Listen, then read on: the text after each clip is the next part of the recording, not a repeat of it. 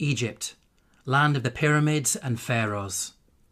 One of the most studied and scrutinized civilizations of the ancient world, and yet it remains veiled in mystery. In this video, we are going to see that the Quran reveals secrets about Egypt that until recently were lost to mankind.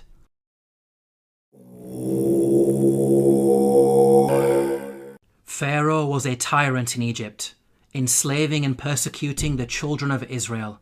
The Quran states the following about the death of Pharaoh and his supporters. فما بكت عليهم السماء والأرض وما كانوا منظرين. Note the words, heaven and earth wept not for them. A recently unearthed pyramid text has granted us new insights into the meaning of this verse. The pyramid text reads, "The sky weeps for you, the earth weeps for you, when you ascend to heaven as a star." Here, the pyramid text praises Pharaoh, claiming that upon his death he will ascend through the sky and claim supremacy of the heavens by becoming a star. We can see that the Quran quotes the pyramid text directly in its rebuttal of Egyptian adulations of Pharaoh. What's amazing is that knowledge of the ancient Egyptian language of hieroglyphics was lost to mankind at the time the Quran was revealed. It wasn't until the discovery of an artifact known as the Rosetta Stone in the 18th century, over 1,000 years after the revelation of the Quran, that mankind has been able to fully decode the hieroglyphics.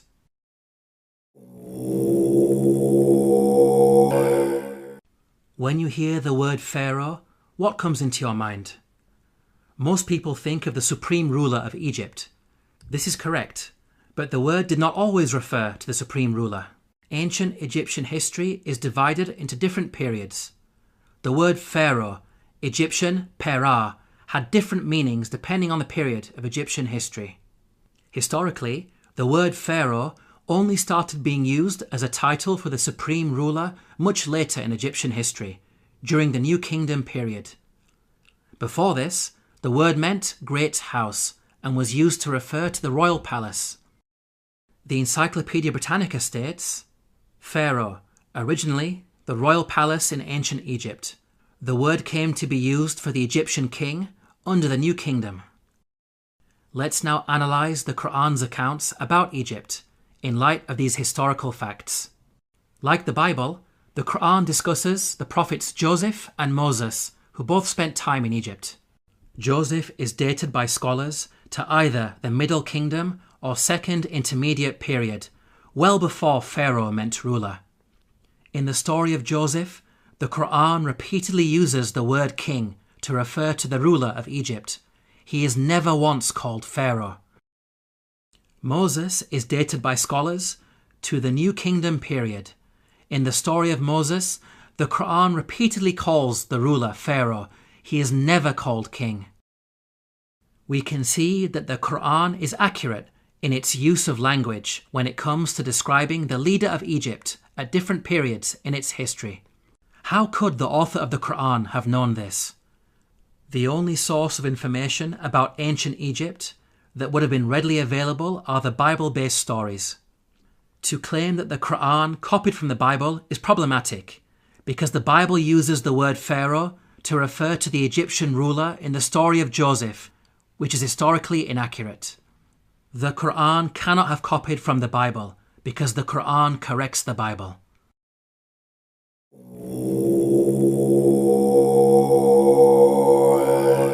The Bible explicitly states that at the time of the Exodus, the Israelite men were vast in number.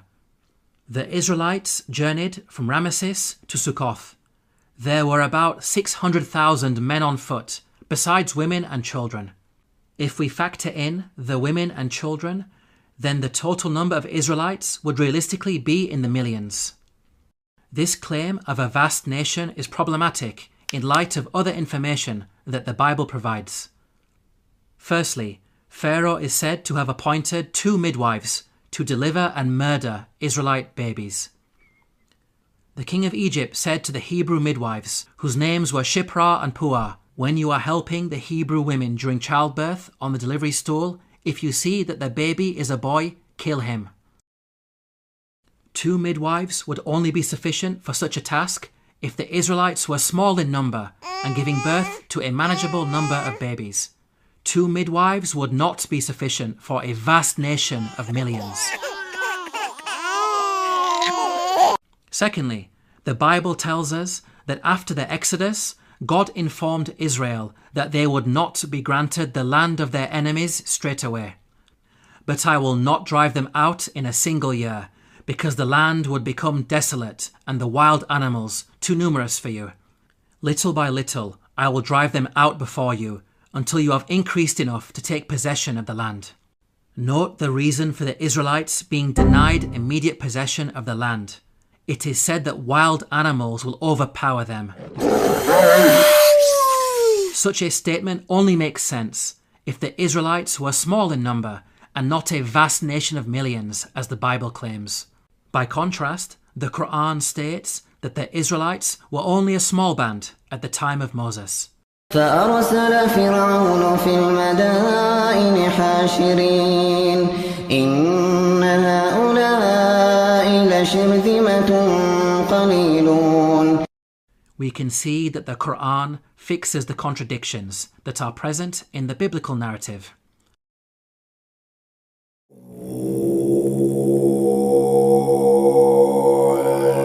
The Quran states that the punishment of crucifixion was used in ancient Egypt from the time of Moses all the way back to the time of Joseph.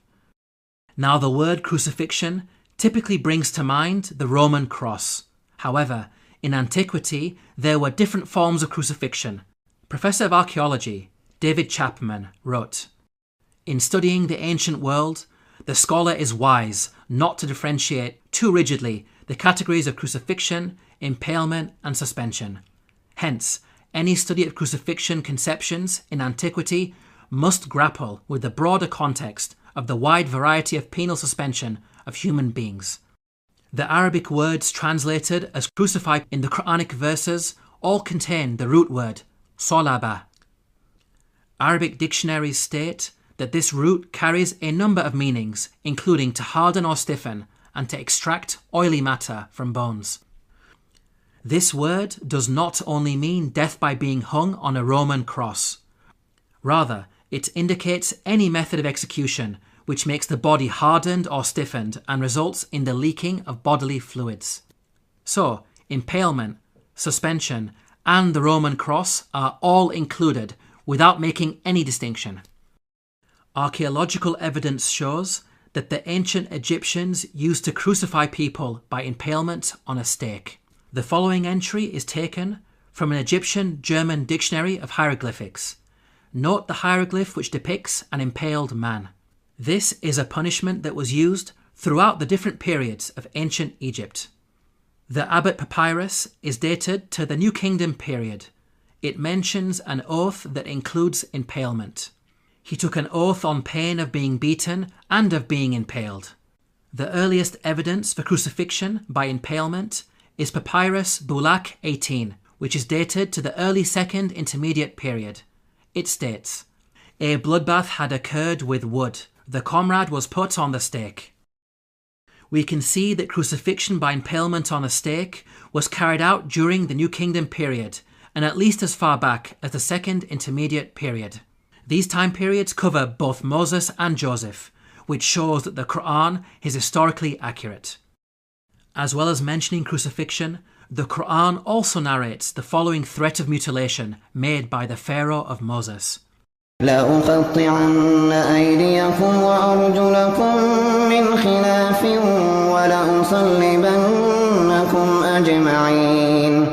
Historically, we know that capital punishment in ancient Egypt became more severe with the advent of the New Kingdom period, which is the time of Moses. In fact, the specific punishment of mutilation is primarily associated with the New Kingdom period. For example, the Turin Judicial Papyrus records, persons to whom was done punishment by severing their nose and ears on account of them ignoring the good instruction said to them. These details about crucifixion and mutilation are missing in the Bible. There is a Jewish commentary, the Midrash Shemot Rabbah, which mentions Pharaoh threatening Moses with burning and crucifixion. But this is a much later work that was composed centuries after the Quran was revealed.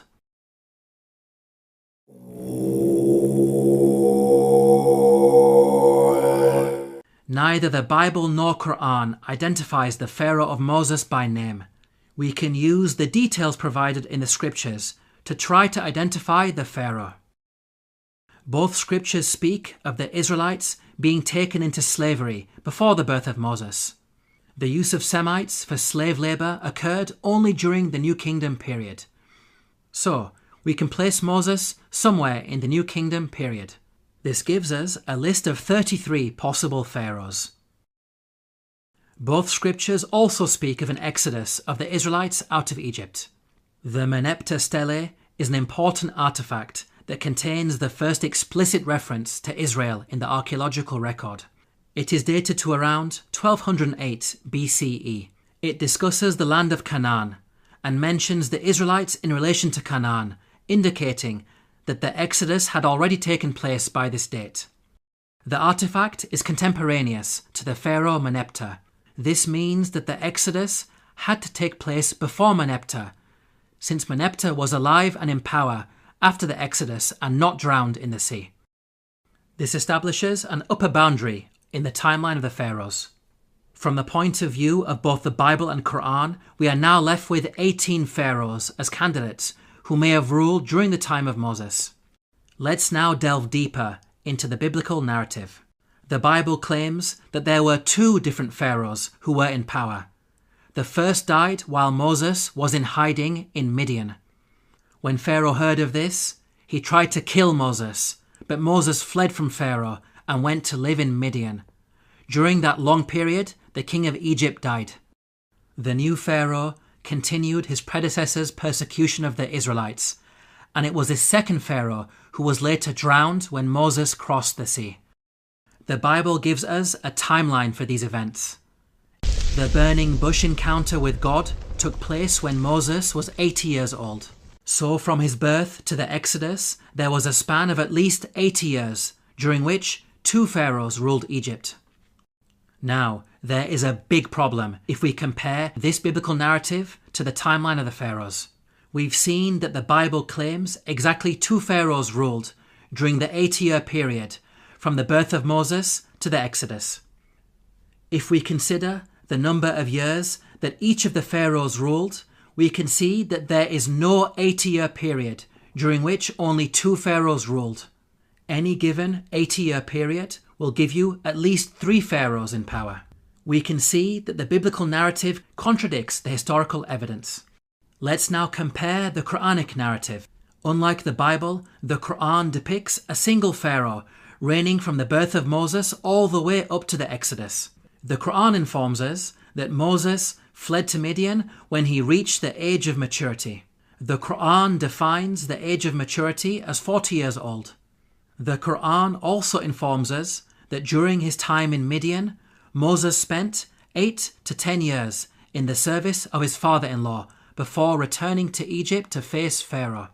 This means that Moses was at least 48 years of age when the Exodus happened. The only Pharaoh during the New Kingdom period who had such a lengthy reign as an absolute ruler was Ramesses II, who ruled for 66 years. The Quranic account is perfectly in line with the historical evidence and fixes the chronological issues that are present in the biblical narrative.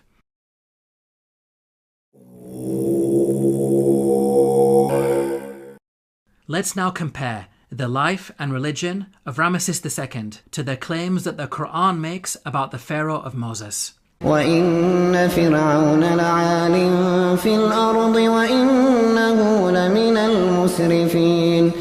This claim that the Pharaoh of Moses was extravagant has been proven by archaeological discoveries, which show that Ramesses II was the grandest of the pharaohs. The archaeologist Peter Clayton wrote, "His genuine building achievements are on a Herculean scale." The archaeologist Eric Uphill wrote, "The palace of Ramesses was probably the vastest and most costly royal residence ever erected by the hand of man." The Egyptologist Kenneth Kitchen wrote, Certainly, in his building works for the gods, Ramesses II surpassed not only the 18th dynasty, but every other period in Egyptian history. With regards to the religion of the Pharaoh of Moses, the Quran makes the following claim. فحشر فنادى فقال أنا ربكم الأعلى. The Quran states that the Pharaoh of Moses was arrogant, exalting himself to the position of God. Modern archaeological discoveries have proven this to be true. Ramesses II built the great temple at Abu Simbel to honour himself. Its entrance is flanked by 4 colossal statues of Ramesses II, which dwarf the statue of Ra Horakhti, god of the horizon, located above it. This temple also contains an image of Ramesses II making a sacrifice to his divine self.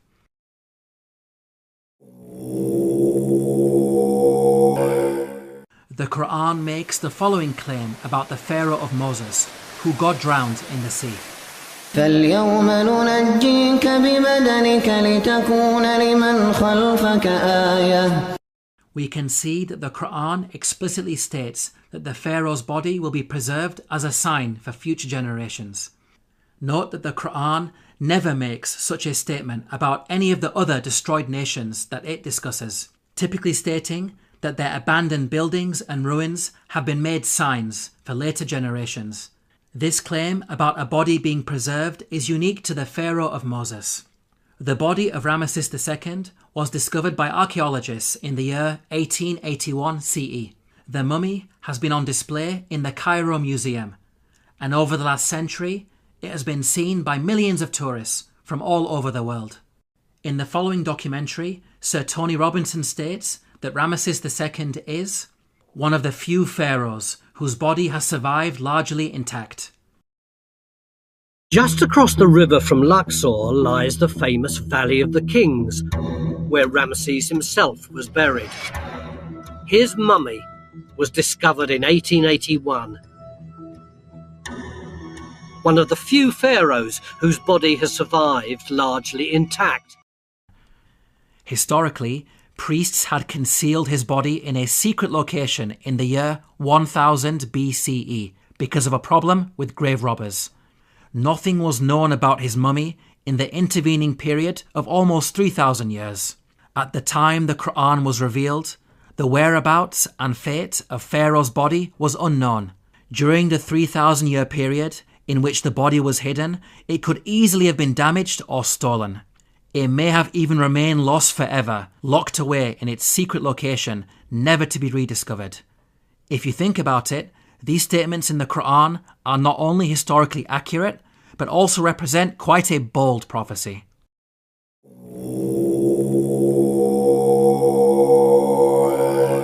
The Bible informs us about a series of plagues that God brought upon Egypt. The book of Exodus informs us that the first 6 of these plagues are as follows. First, the Nile was turned into blood. Second, masses of frogs. Third, swarms of mosquitoes. Fourth, swarms of flies. Fifth, the death of livestock. Sixth, boils on people and animals. Now at first glance, this series of plagues in the biblical narrative may seem random and unrelated. However, the Quran sheds light on these events. The Quran states the following about the divine punishments against Egypt. فأرسلنا عليهم الطوفان والجراد والقمل والضفادع والدم آيات مفصلات فاستكبروا. Notice the first punishment mentioned by the Quran, a flood. This is an important detail that is not found in the Bible. This punishment of a flood actually explains the 6 seemingly random and unrelated plagues in the biblical narrative. A flood would result in high concentrations of red earth entering the Nile River and causing a blood-like colour, killing fish and making the water undrinkable, as described in the biblical narrative. This phenomenon is attested to historically, as recorded by a Middle Kingdom Egyptian sage.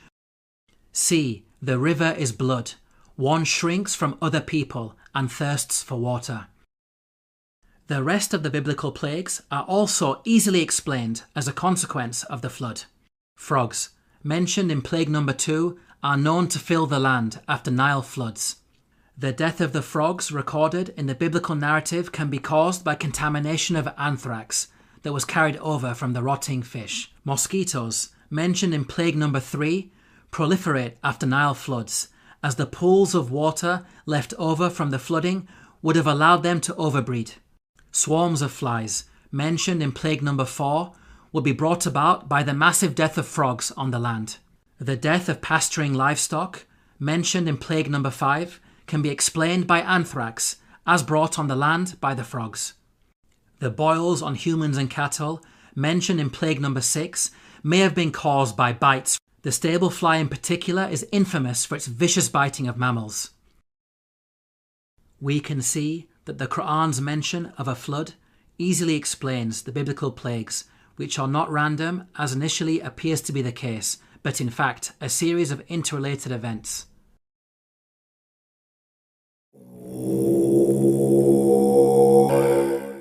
The Quran mentions the following incident about Joseph while he was in Egypt. وشروه بثمن بخس دراهم معدودة وكانوا فيه من الزاهدين. Here the Quran states that Joseph was sold for a paltry price. The Arabic phrase used is darahima ma'dudatin, which contains the words dirham and ma'dud. Dirham means a unit of silver coinage or weight. Ma'dud means countable or limited in number. So the Quran is making the claim that Joseph was sold for a small amount of countable silver. There is plenty of historical evidence that standardized units of silver were used in transactions in ancient Egypt. Small pieces of silver, known as shati, were used in trade. The tomb of Nyanknum and Khnumhotep is dated to the Old Kingdom period. It contains a scene of a busy open-air market with goods for sale. Cubits of cloth, for example, are said to be sold for 6 shati. The Rind mathematical papyrus is dated to the Second Intermediate period. It discusses the relative values of gold, silver and lead in terms of shati. Small silver bars bearing the name of Pharaoh Tutankhamun have been dated to the New Kingdom period. They are inscribed with a hieroglyphic which states, Tutankhamun, ruler of Heliopolis in Upper Egypt. Until recently, historians believed that the minting of precious metals was a later Greek invention. These recent Egyptian archaeological discoveries have forced historians to completely revise their understanding of coinage in the ancient world. How is it possible that such knowledge was revealed in the Quran nearly 1,500 years ago? The Bible mentions that Joseph was sold for 20 of silver. However, this sale is said to have taken place with some Arabs outside Egypt. By contrast, the Quran states that the sale took place inside Egypt. So, the Bible could not have been used as a source by the Quran. It is in fact the Bible that contains historical errors when it comes to coinage. For example, the Bible makes the claim that a gold coin known as the darik was used at the time of King David. They gave toward the work on the temple of God 5,000 talents and 10,000 darics of gold. As historians point out, the darik is named after the Persian leader Darius the Great, who lived hundreds of years after King David. The Jewish Encyclopedia acknowledges this error. A notable instance of anachronism occurs in 1 Chronicles 29:7. Gold darics, coins which were not struck before the time of King Darius I, i.e. more than 400 years after David.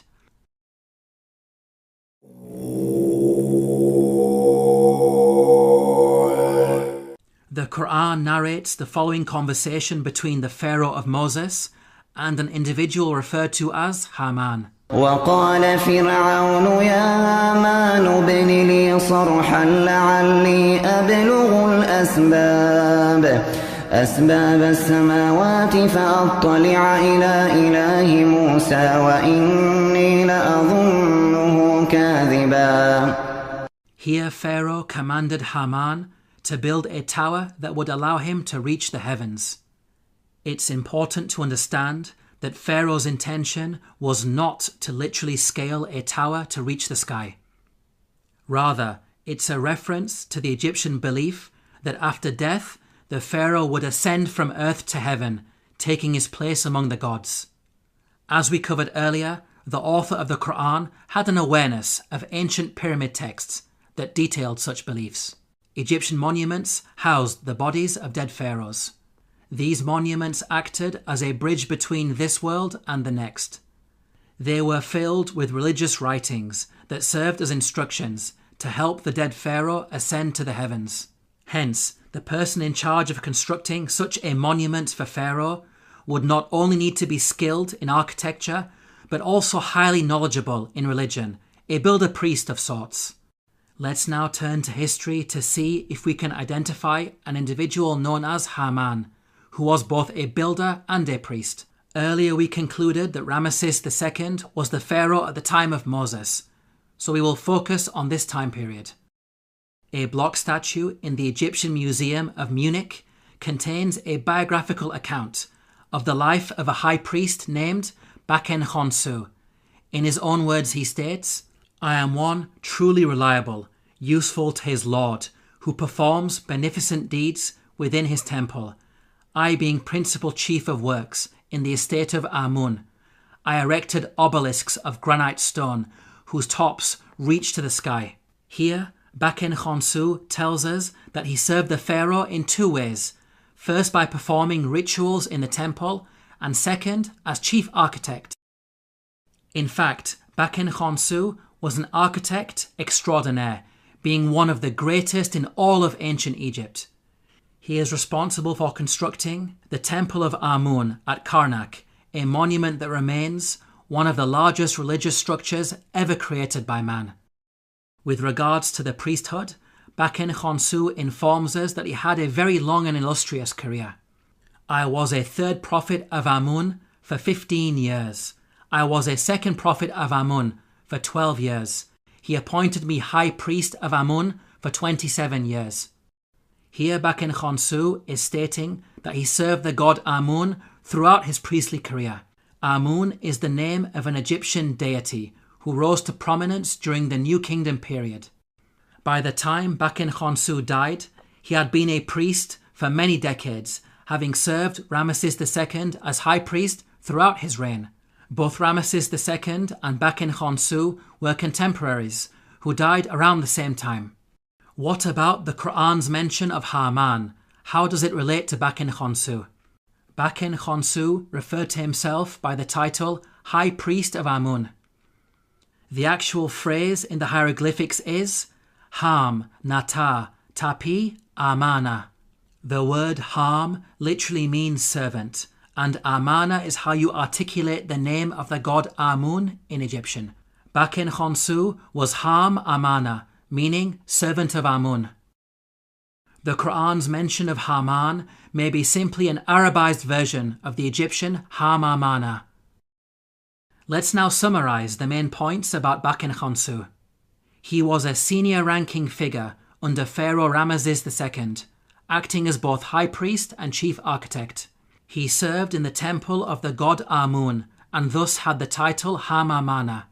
It is clear that all of the historical evidence fits perfectly with the Quranic narrative. Now it's important to point out that the Bible also mentions a Haman, but the resemblance is only in name. The biblical Haman served under a Persian king and bears no relation to the Quranic Haman of Egypt. Yet again, these are details that are completely missing in the biblical narrative. In this video, we have seen that the Quran has a remarkable insight into many facets of ancient Egypt, revealing long-lost knowledge while also correcting the Bible. Claims that the author of the Quran copied from the Bible are clearly rubbished in light of such facts. The Quran boldly declares its origins. تنزيل الكتاب لا ريب فيه من رب العالمين. To learn more about the miracles of the Quran, Please download your free copy of the book, The Eternal Challenge, at the link below.